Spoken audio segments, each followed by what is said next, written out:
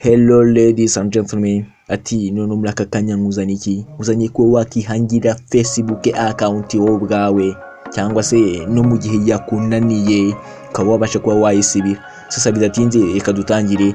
Gifunga Facebook yawe uragera kuri page tail, urahita ukanda kuri ijambo ryanditse create account. Kimara kuhakanda urahita ujya kuri page itail. Sasa bari kukwereka ijambo ryanditse ngo join Facebook. Ahangaha bivuze kujya ucreatinga account nshya yawe. Sasa ahangaha urahakana neza witonze. Ahangaha hari utuzu tubiri, ahambere wandikamo izina rimwe, ahakabiri ukandikamo izina rya kabiri. Sasa tugiye gukoresha izina Keza Pro, iryo tugiye gukoresha. Niturangiza twandike next, turangiza dukande next. Sasa tukimara gukanda next, tuhita tugira hano baratubaza set date, amasabukuru y'amavuko, itariki twavukiyeho.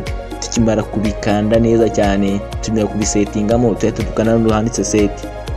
Turakanda neza twitonze. Sasa dukanda hano handitse next. Hanga baratubaza gender yacu, igitsina cyacu. Shasha twebwe twakoresheje female Keza Pro. Sasa bivuze ko tugiye gukanda Keza Pro. Yes, turakanda female.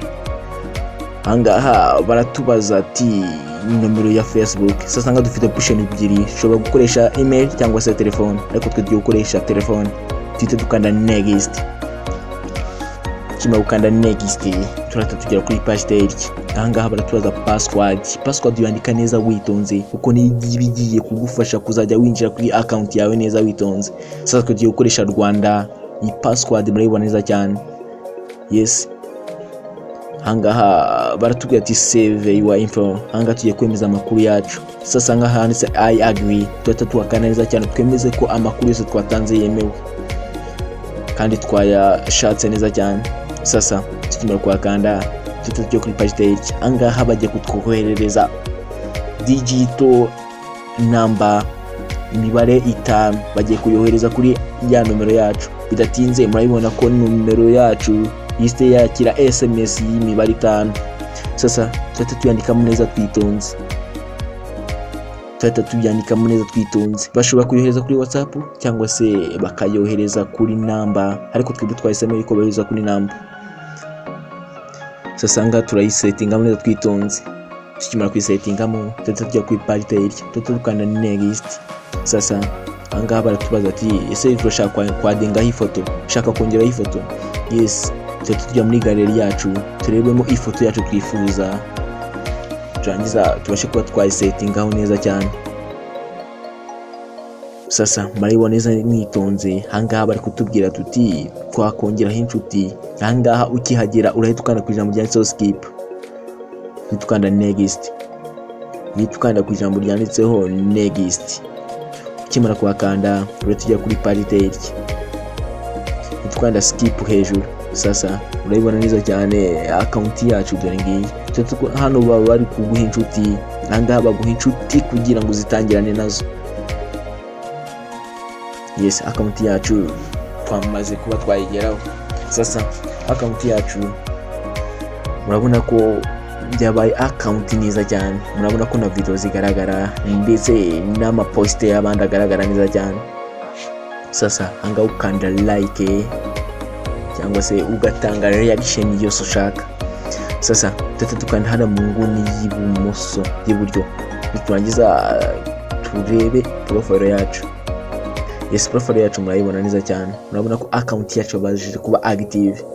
Sasa tureba mu nguni y'iburyo neza cyane, turangiza tuwakande tugera kuri page tail. Sasa mbere yuko tujya muri setting, reka mbanze mbere akantu k'ingenzi. Sasa ahangaha iyo ugafunguye Facebook yacu ituma umukara, iyo ugafunguye Facebook yacu ikaba umweru, murabibona neza cyane. Sasa tuhita dukanda setting. Ukimara kuhakanda ngiye kukwereka uburyo wakihindurira izina mu gihe ubona iryo ufite ritakunogeye neza cyane. Sasa tuhita dukanda ahangaha. Tukimara kuhakanda tuhita dukanda hano hejuru handitse profile. Tukimara kuhakanda turakomeza imbere, tukande kwa hariya hantu, turangiza dukande hano handitse name. Sasa nga tugiye guhindura izina. Ahambere handitse first name, hakabiri handitse middle name, hagatatu handitse last name. Bivuze ko ahambere tugiye kwandika izina rya mbere katwandike Nyamba. Middle name turayisimbuka kuko hari abantu bagira amazina 3, nabwo hariya warishyiramo bigakunda. tuhita dukanda hasi handitse review change. Yes, murabona ko baraduha option, ese turashaka ko twitwa Nyambo wacu cyangwa se wacu Nyambo, twe turakanda Nyambo wacu. Sasa murabona ko account yacu yabashije kuba izina ryahinduka Nyambo wacu, murabibona neza cyane. Sasa tugiye kuba twasubira inyuma mwereka uburyo no account yawe wayisibira mu gihe ubona itakunogeye. Sasa turaza hano handitse personal details. Tukimara kuhagera turakanda neza twitonze. Tukihagera murabona ko hano handitse account owner and control.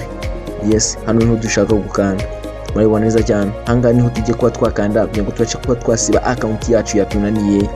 Sasa turakanda deactivation or deletion, turakanda neza twitonze. Sasa turakanda hano handitse delete, murabibona neza cyane. Hano handitse delete, turahita dukanda continue. Yes, cyakanda turahita tugiye kuri page stage. Hanga baratubaza ati se Facebook yawe ni ihe mpamvu ugiye kuyisiba. Twe turahitamo kano ka mbere, tugiye kuvuga ko twebwe tumara umwanya munini, dutwara umwanya munini tuyiriho, iratugomesha mbese muri make. Sasa turahita dukanda continue. Sasa turahita dukanda continue nanone.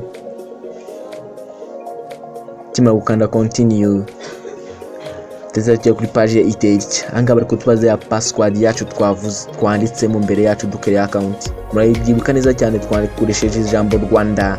Sasa hanga account yacu murayibona neza cyane yuko ibashije kuba ya deleting Facebook yacu. Turakana hano handitse delete. Yes, sasa account yacu murabona ko aka kajambo kanditse hasi baratubwiye ko account yacu mu minsi 30